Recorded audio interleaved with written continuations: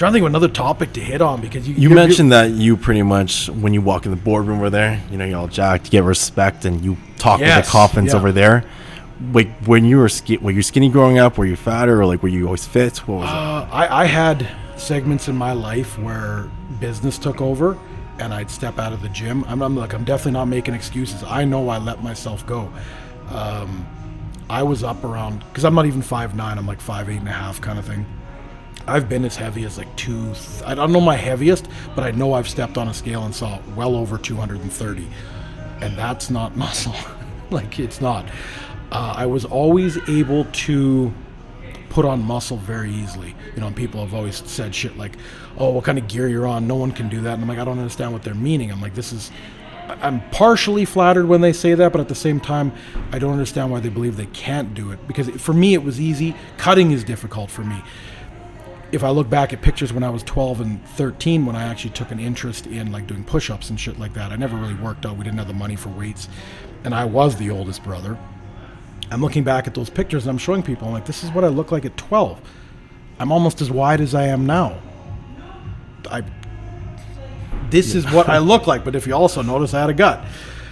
When you're at 230, then I'm curious. When you went, when you walked into maybe say like a meeting or something, no one took me serious. Yeah, no one, and that's just it. I'm the same person. I have the same knowledge.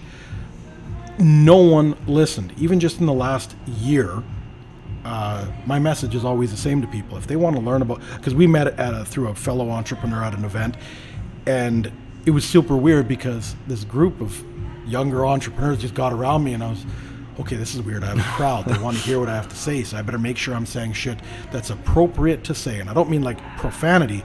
I have to talk truths now. I have to convey a message that is professional, relatable, and inspirational, we'll call it. No one did that when I was fat, but I have the same fucking knowledge.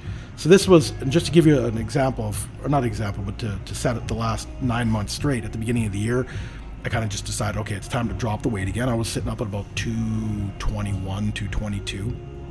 And I was like, fuck it. I used to fight down at 170 in high school. And I knew I couldn't get back down there because through testing, I know my lean body mass is about 172, 173. I thought I'm going to take a run to be under 10% again because it's been a while. 2 months ago, I got down to 191, which was roughly around that 8.5%, 9%. Earlier in the year, only people that knew what I had would come ask my advice. When I walk in an extra large shirt instead of a 3XL shirt, people are like, they gravitate towards you. They look at you completely different. Now all of a sudden, the exact same knowledge. You're listening more now. Oh my God, yeah, like I hated to get such a long-winded way to get there, but I literally experienced that this isn't, 5 years ago versus now. No, 5 months ago versus when we met a couple months ago. Nobody wanted to listen back then. Now everybody's like, you got a podcast? Can I come on? Oh, you're working out? Can I come with you? Your credibility, and I'm not saying, obviously, that we know the world's superficial, but the credibility comes from how you present yourself and I'm going to call it the respect you put in yourself. If you put in the time to look your best and be a physical presence, it probably means that you put in the time to build your financial aspect. You have the regiment, you have the discipline and the dedication, and it shows when they can see it. Yeah, the first impressions matter a lot over there. My God, what a difference that was. Just like, holy shit, there's 14 kids. Sorry, I just call anyone half my age kids. That's probably the biggest point that anyone's never made up until now on any of these podcasts, was that no one gave me the time of day. Not that I didn't have I'm saying that wrong. It sounds terrible.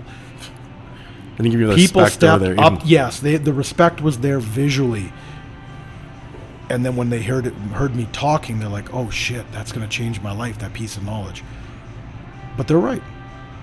Why would I walk into a gym and go to the fat trainer? They could be really nice people. I'm not trying to fat shame anyone.